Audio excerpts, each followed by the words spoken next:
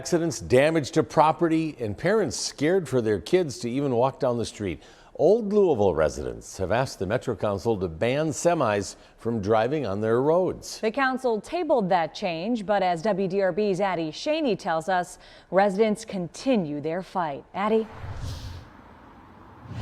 Scott Hayden, neighbors tell me they've been counting over 140 big trucks drive down St. Catherine Street a day on average. When we were here at around noon for 30 minutes, we saw over a dozen of those big trucks, and many of them crossed over that center yellow line.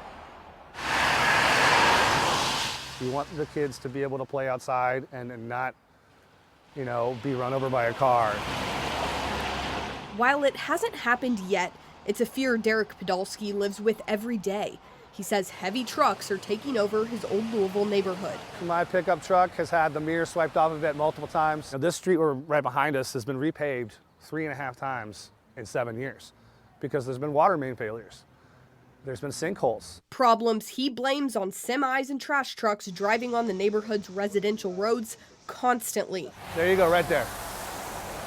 Many trucks use St. Catherine Street as a cut-through to get from I-65 to Industry west of 9th. Residents set up an AI tracker to document the problem. It caught on average more than 140 heavy trucks driving down St. Catherine Street daily. That's why residents pushed the Metro Council to add a handful of old Louisville roads to an existing ordinance that stops big trucks from driving in certain areas unless they're making a delivery. That means trucks over 21,000 pounds, mostly semis and dump trucks. I'm concerned about the commercial vehicles. Council members had concerns about enforcement and the precedent this could set. If we opened up the floodgates, we'd have 1,000 roads in an ordinance in about 5 minutes. The change was tabled by the Metro Council last Tuesday. Well, there's a lot of issues floating around in this legislation that I think a little bit of time could help. We've been fighting this since 1978, and myself personally for 7 years.